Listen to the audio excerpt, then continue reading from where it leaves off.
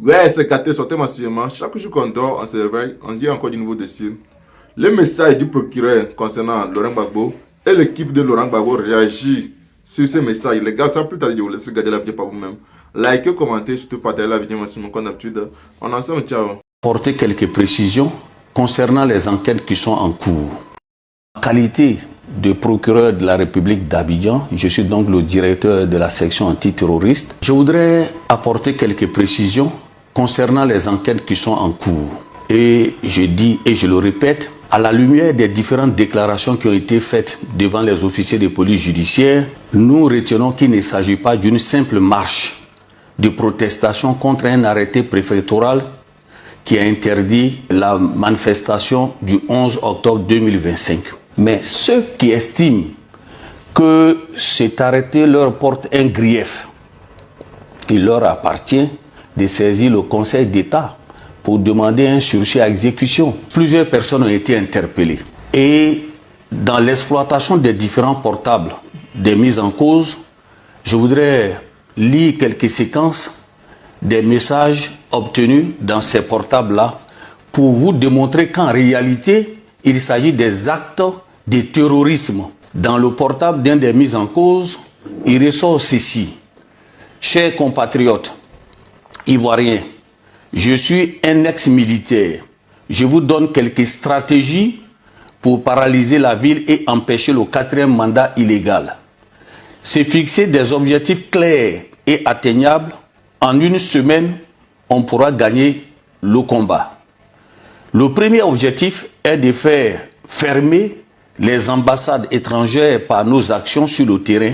N'oubliez pas de casser les caméras et de brûler les véhicules de police. Cette fois-ci, il faut brûler les magasins, les boutiques, les supermarchés des Libanais. Dans les villes de l'intérieur, il faut brûler les voitures de police, les préfectures, commissariats, magasins des Libanais et Français.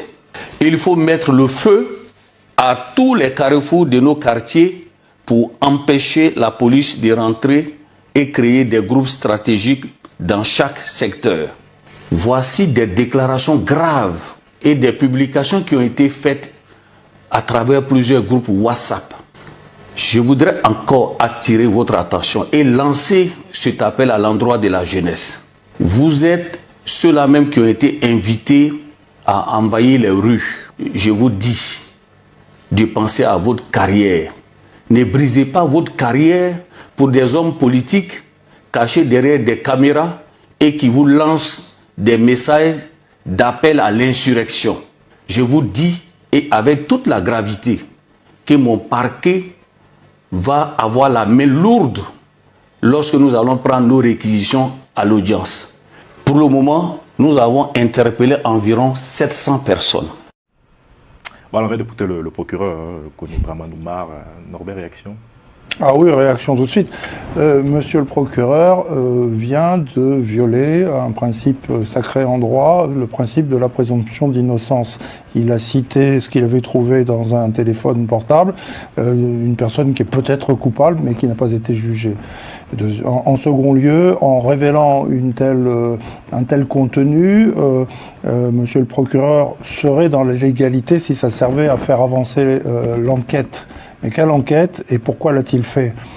Deuxième, je ne sais pas, je voudrais m'adresser à... je voudrais que Maître Kakou contrôle un peu ce que je viens de dire, mais c'est grave quand même, c'est grave de faire ça. Et je pense que lui, il est le plus habilité, et surtout, il a moins de risque, parce que puisque il parle à son confrère. Bon, pas mon confrère, moi. Bon, enfin, vous êtes dans le même... Voilà, le procureur, hein, c'est l'exact opposé de ce que je suis, moi, avocat de la défense. Alors, qu'est-ce que je peux dire de cette sortie du procureur de la République?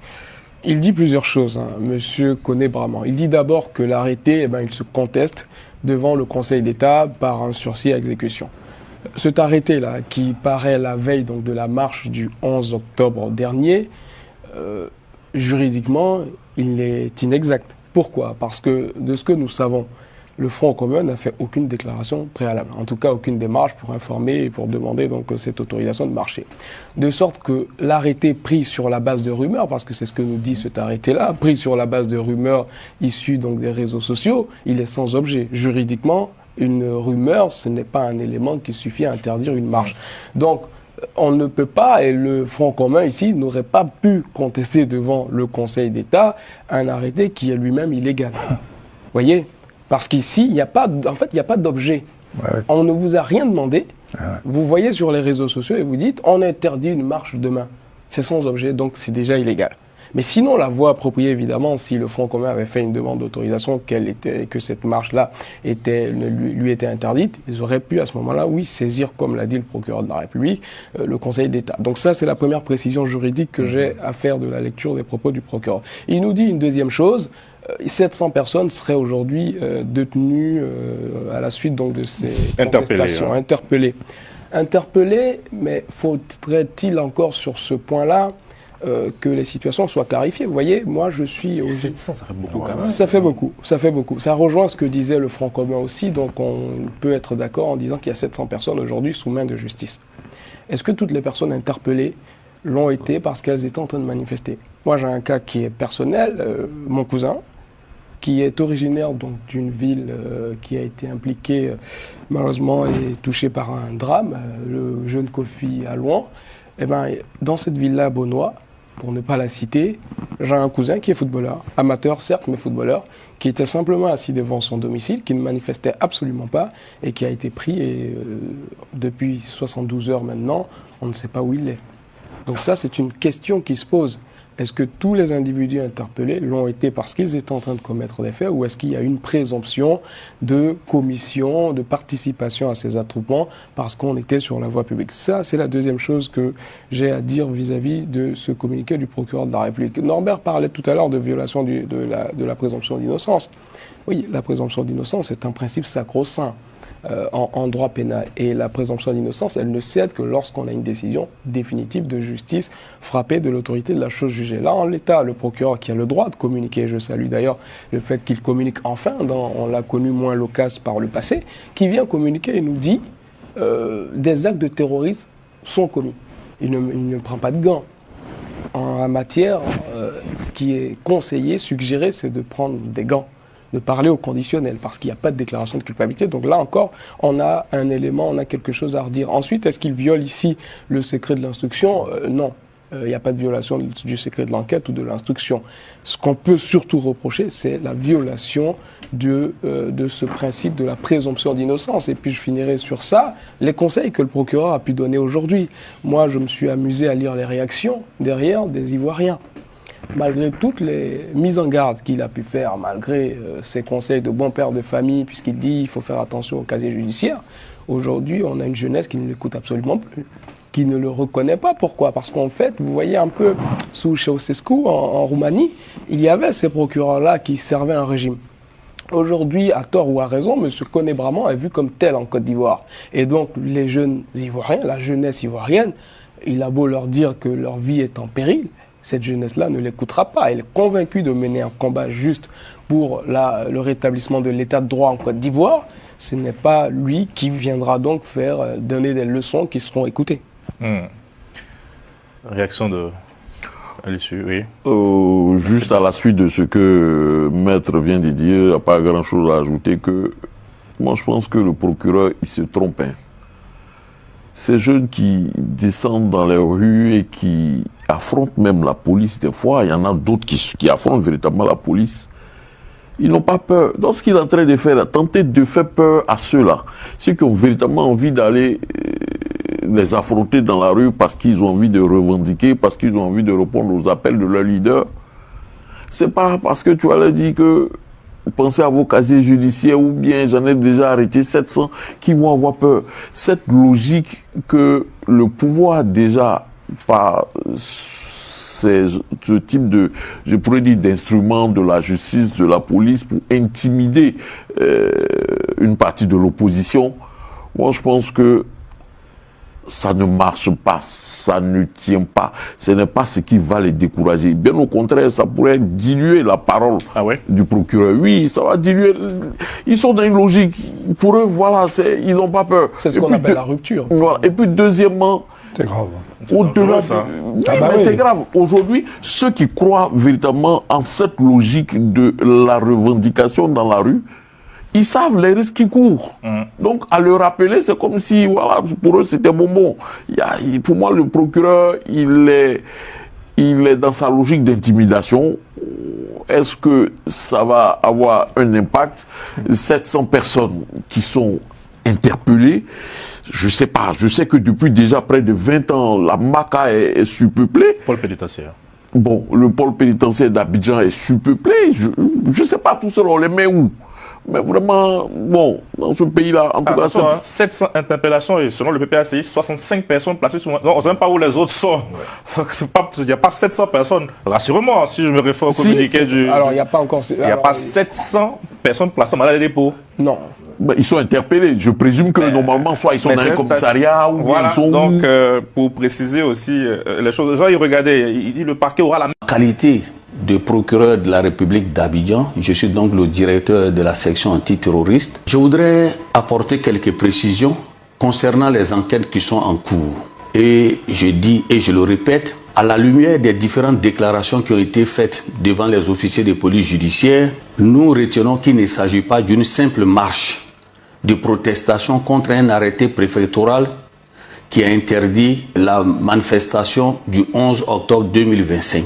Mais ceux qui estiment que cet arrêté leur porte un grief, il leur appartient de saisir le Conseil d'État pour demander un sursis à exécution. Plusieurs personnes ont été interpellées. Et dans l'exploitation des différents portables des mises en cause, je voudrais lire quelques séquences des messages obtenus dans ces portables-là pour vous démontrer qu'en réalité, il s'agit des actes de terrorisme. Dans le portable d'un des mises en cause, il ressort ceci. Chers compatriotes ivoiriens, je suis un ex-militaire. Je vous donne quelques stratégies pour paralyser la ville et empêcher le 4e mandat illégal. C'est fixer des objectifs clairs et atteignables. En une semaine, on pourra gagner le combat. Le premier objectif est de faire fermer les ambassades étrangères par nos actions sur le terrain.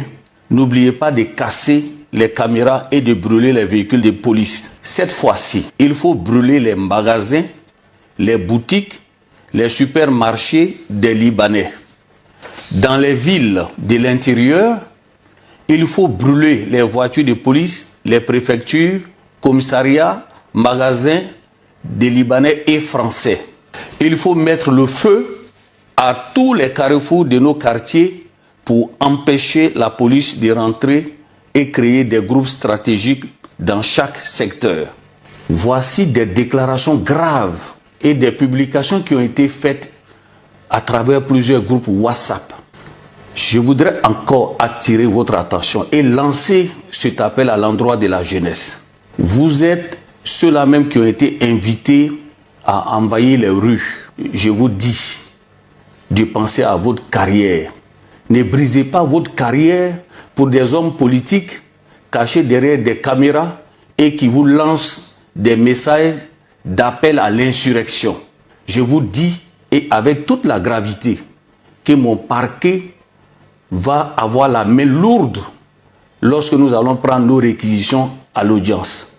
Pour le moment, nous avons interpellé environ 700 personnes. Bon, alors, on vient d'écouter le procureur, connu Braman Oumar.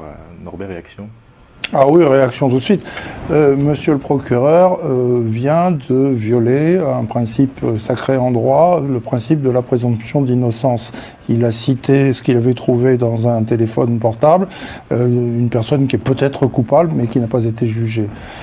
En second lieu, en révélant un tel contenu, monsieur le procureur serait dans la légalité si ça servait à faire avancer l'enquête. Mais quelle enquête et pourquoi l'a-t-il fait? Deuxième, je ne sais pas, je voudrais m'adresser à... je voudrais que Maître Kakou contrôle un peu ce que je viens de dire, mais c'est grave quand même, c'est grave de faire ça. Et je pense que lui, il est le plus habilité, et surtout, il a moins de risque, parce que puisque il parle à son confrère. Bon, pas mon confrère, non. Bon, enfin, vous êtes dans le même... Voilà, le procureur, hein, c'est l'exact opposé de ce que je suis, moi, avocat de la défense. Alors, qu'est-ce que je peux dire de cette sortie du procureur de la République? Il dit plusieurs choses, hein, monsieur Koné Braman. Il dit d'abord que l'arrêté, il se conteste devant le Conseil d'État par un sursis à exécution. Cet arrêté-là, qui paraît la veille donc, de la marche du 11 octobre dernier, juridiquement, il est inexact. Pourquoi? Parce que, de ce que nous savons, le Front commun n'a fait aucune déclaration préalable, en tout cas aucune démarche pour informer et pour demander donc cette autorisation de marcher. De sorte que l'arrêté pris sur la base de rumeurs, parce que c'est ce que nous dit cet arrêté-là, pris sur la base de rumeurs issues donc des réseaux sociaux, il est sans objet. Juridiquement, une rumeur, ce n'est pas un élément qui suffit à interdire une marche. Donc, on ne peut pas, et le Front commun ici n'aurait pas pu contester devant le Conseil d'État un arrêté qui est lui-même illégal. Vous voyez? Parce qu'ici, il n'y a pas d'objet. Ouais. On ne vous a rien demandé. Ouais. Vous voyez sur les réseaux sociaux et vous dites, on interdit une marche demain. C'est sans objet, donc c'est déjà illégal. Mais sinon, la voie appropriée, évidemment, si le Front commun avait fait une demande d'autorisation, que cette marche-là lui était interdite, ils auraient pu, à ce moment-là, oui, saisir, comme l'a dit le procureur de la République, le Conseil d'État. Donc ça, c'est la première précision juridique que j'ai à faire de la lecture des propos du procureur. Il nous dit une deuxième chose, 700 personnes seraient aujourd'hui détenues à la suite donc, de ces contestations, interpellées, mais faudrait-il encore sur ce point-là que les situations soient clarifiées. Vous voyez, moi je suis... 700, ça fait beaucoup quand même. Ça fait beaucoup. Ça rejoint ce que disait le Front commun aussi, donc on peut être d'accord en disant qu'il y a 700 personnes aujourd'hui sous main de justice. Est-ce que toutes les personnes interpellées l'ont été parce qu'elles étaient en train de manifester? Moi j'ai un cas qui est personnel, mon cousin, qui est originaire donc d'une ville qui a été impliquée malheureusement et touchée par un drame, le jeune Kofi à Louan. Eh ben, dans cette ville-là, Beaunois, pour ne pas la citer, j'ai un cousin qui est footballeur, amateur certes, mais footballeur, qui était simplement assis devant son domicile, qui ne manifestait absolument pas et qui a été pris et depuis 72 heures maintenant, on ne sait pas où il est. Donc ça, c'est une question qui se pose.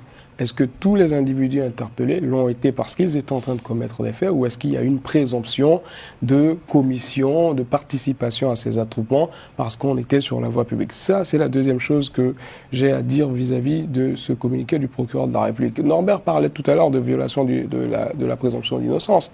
Oui, la présomption d'innocence est un principe sacro-saint. En droit pénal. Et la présomption d'innocence, elle ne cède que lorsqu'on a une décision définitive de justice frappée de l'autorité de la chose jugée. Là, en l'état, le procureur qui a le droit de communiquer, je salue d'ailleurs le fait qu'il communique enfin, on l'a connu moins loquace par le passé, qui vient communiquer et nous dit des actes de terrorisme sont commis. Il ne prend pas de gants.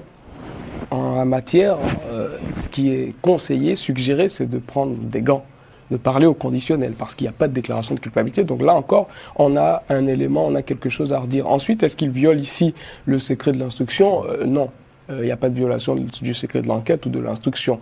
Ce qu'on peut surtout reprocher, c'est la violation de ce principe de la présomption d'innocence. Et puis je finirai sur ça, les conseils que le procureur a pu donner aujourd'hui. Moi, je me suis amusé à lire les réactions derrière des Ivoiriens. Malgré toutes les mises en garde qu'il a pu faire, malgré ses conseils de bon père de famille, puisqu'il dit qu'il faut faire attention au casier judiciaire, aujourd'hui, on a une jeunesse qui ne l'écoute absolument plus, qui ne le reconnaît pas. Pourquoi? Parce qu'en fait, vous voyez un peu, sous Ceausescu, en Roumanie, il y avait ces procureurs-là qui servaient un régime. Aujourd'hui, à tort ou à raison, M. Koné Braman est vu comme tel en Côte d'Ivoire. Et donc, les jeunes Ivoiriens, la jeunesse ivoirienne, il a beau leur dire que leur vie est en péril, cette jeunesse-là ne l'écoutera pas. Elle est convaincue de mener un combat juste pour le rétablissement de l'état de droit en Côte d'Ivoire. Ce n'est pas lui qui viendra donc donner des leçons qui seront écoutées. Réaction à l'issue, oui. Juste à la suite de ce que Maître vient de dire, il n'y a pas grand-chose à ajouter que moi je pense que le procureur, il se trompe. Ces jeunes qui descendent dans les rues et qui affrontent même la police, des fois, il y en a d'autres qui affrontent véritablement la police. Ils n'ont pas peur. Dans ce qu'il est en train de faire, tenter de faire peur à ceux-là, ceux qui ont véritablement envie d'aller les affronter dans la rue parce qu'ils ont envie de revendiquer, parce qu'ils ont envie de répondre aux appels de leur leader. C'est pas parce que tu vas leur dire que pensez à vos casiers judiciaires ou bien j'en ai déjà arrêté 700 qui vont avoir peur. Cette logique que le pouvoir déjà par ce type de, je pourrais dire, d'instruments de la justice, de la police pour intimider une partie de l'opposition, moi je pense que ça ne marche pas, ça ne tient pas. Ce n'est pas ce qui va les décourager. Bien au contraire, ça pourrait diluer la parole du procureur. Oui, ça va diluer. Ils sont dans une logique. Pour eux, voilà, ils n'ont pas peur. C'est ce qu'on appelle la rupture. Voilà. Et puis deuxièmement, c'est grave. Au-delà, oui, mais c'est grave. Aujourd'hui, ceux qui croient véritablement en cette logique de la revendication dans la rue, ils savent les risques qu'ils courent. Donc, à le rappeler, c'est comme si, voilà, pour eux, c'était bonbon. Pour moi, le procureur, il est dans sa logique d'intimidation. Est-ce que ça va avoir un impact? 700 personnes qui sont interpellées, je sais pas. Je sais que depuis déjà près de 20 ans, la MACA est surpeuplée. Pôle pénitentiaire. Bon, le pôle pénitentiaire d'Abidjan est surpeuplé. Je sais pas, tout seul, on les met où? Mais vraiment, bon, dans ce pays-là, en tout cas... 700 interpellations et selon le PPACI, 65 personnes placées sous... Non, on ne sait même pas où les autres sont. Il n'y a pas 700 personnes. Rassurez-moi, si je me réfère au communiqué du... Alors, il n'y a pas encore... Il n'y a pas 700 personnes placées en mandat de dépôt. Non. Ben, ils sont interpellés. Je présume que normalement, soit ils sont dans un commissariat ou voilà, ils sont... Donc, pour préciser aussi les choses, genre, regardez, il dit le parquet aura la même... Qualité de procureur de la République d'Abidjan, je suis donc le directeur de la section antiterroriste. Je voudrais apporter quelques précisions concernant les enquêtes qui sont en cours. Et je dis et je le répète, à la lumière des différentes déclarations qui ont été faites devant les officiers de police judiciaire, nous retenons qu'il ne s'agit pas d'une simple marche de protestation contre un arrêté préfectoral qui a interdit la manifestation du 11 octobre 2025. Mais ceux qui estiment que cet arrêté leur porte un grief, il leur appartient de saisir le Conseil d'État pour demander un sursis à exécution. Plusieurs personnes ont été interpellées. Et dans l'exploitation des différents portables des mises en cause, je voudrais lire quelques séquences des messages obtenus dans ces portables-là pour vous démontrer qu'en réalité, il s'agit des actes de terrorisme. Dans le portable d'un des mises en cause, il ressort ceci. Chers compatriotes ivoiriens, je suis un ex-militaire. Je vous donne quelques stratégies pour paralyser la ville et empêcher le 4e mandat illégal. C'est fixer des objectifs clairs et atteignables. En une semaine, on pourra gagner le combat. Le premier objectif est de faire fermer les ambassades étrangères par nos actions sur le terrain. N'oubliez pas de casser les caméras et de brûler les véhicules de police. Cette fois-ci, il faut brûler les magasins, les boutiques, les supermarchés des Libanais. Dans les villes de l'intérieur, il faut brûler les voitures de police, les préfectures, commissariats, magasins des Libanais et Français. Il faut mettre le feu à tous les carrefours de nos quartiers pour empêcher la police de rentrer et créer des groupes stratégiques dans chaque secteur. Voici des déclarations graves et des publications qui ont été faites à travers plusieurs groupes WhatsApp. Je voudrais encore attirer votre attention et lancer cet appel à l'endroit de la jeunesse. Vous êtes ceux-là même qui ont été invités à envahir les rues. Je vous dis de penser à votre carrière.